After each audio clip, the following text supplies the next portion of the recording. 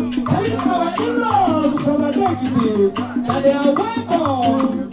And that is how a traditional, well-trained lady in Nsukka, in Igbo land, yes. But I'm not here to praise you.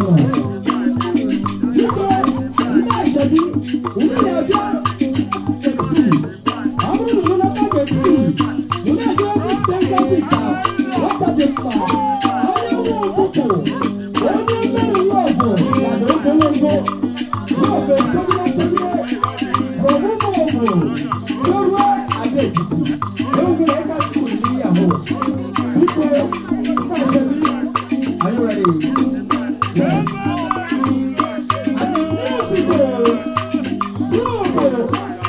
We are doing what they know how to do. And the wedding is humming and humming.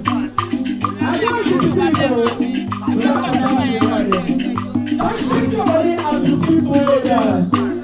And to make some business. You know what they are here. Our daddy is late. But we have a solid rock as the representative. And behold!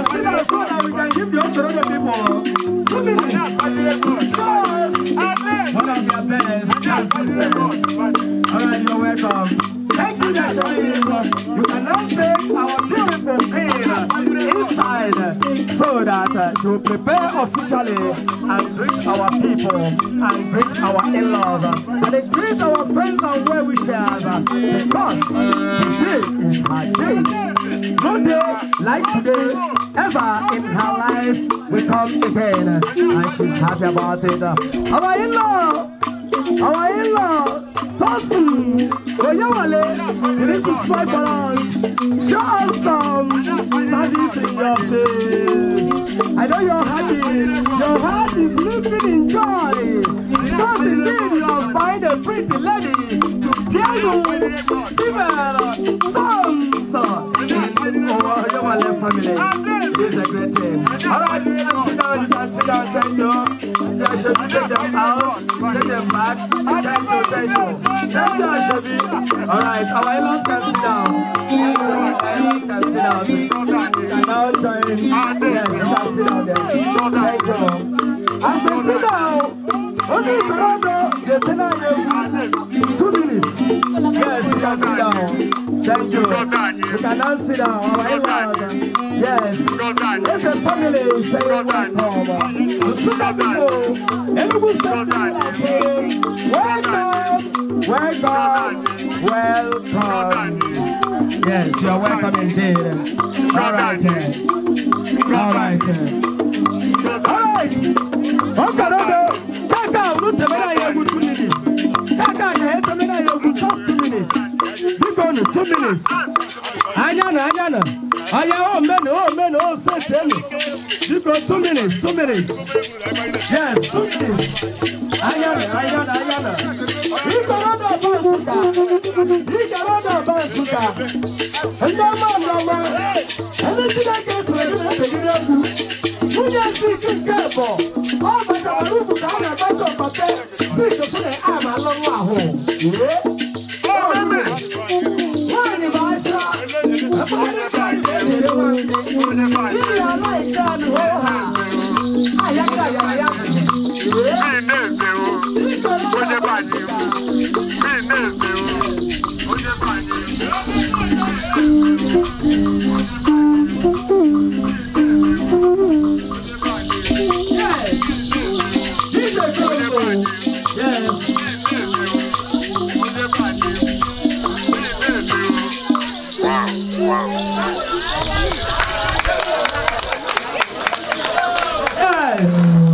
Thank you, Ikorodo from Nsukka, and that is how we welcome our in-law. Welcome all of my pastors, our in-laws, to Mr. and Mrs. Vincent as a family. You are welcome to Nsukka. You are welcome to Orba. You are welcome to Enugu State, and we say, may God continue to empower you and bless you and give you success in all you do in Jesus' name. Yes.